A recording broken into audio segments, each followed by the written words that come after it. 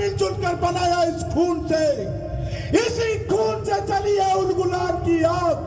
ये आग कभी नहीं बुझेगी, कभी नहीं। लौट कर आऊंगा मैं, लौट कर आऊंगा मैं। और गुलाम, और गुलाम, और गुलाम। गांव-गांव में तीर भिजवाओ, पत्ता मिले तो समझो धर्म की बात करने को बुलाया है।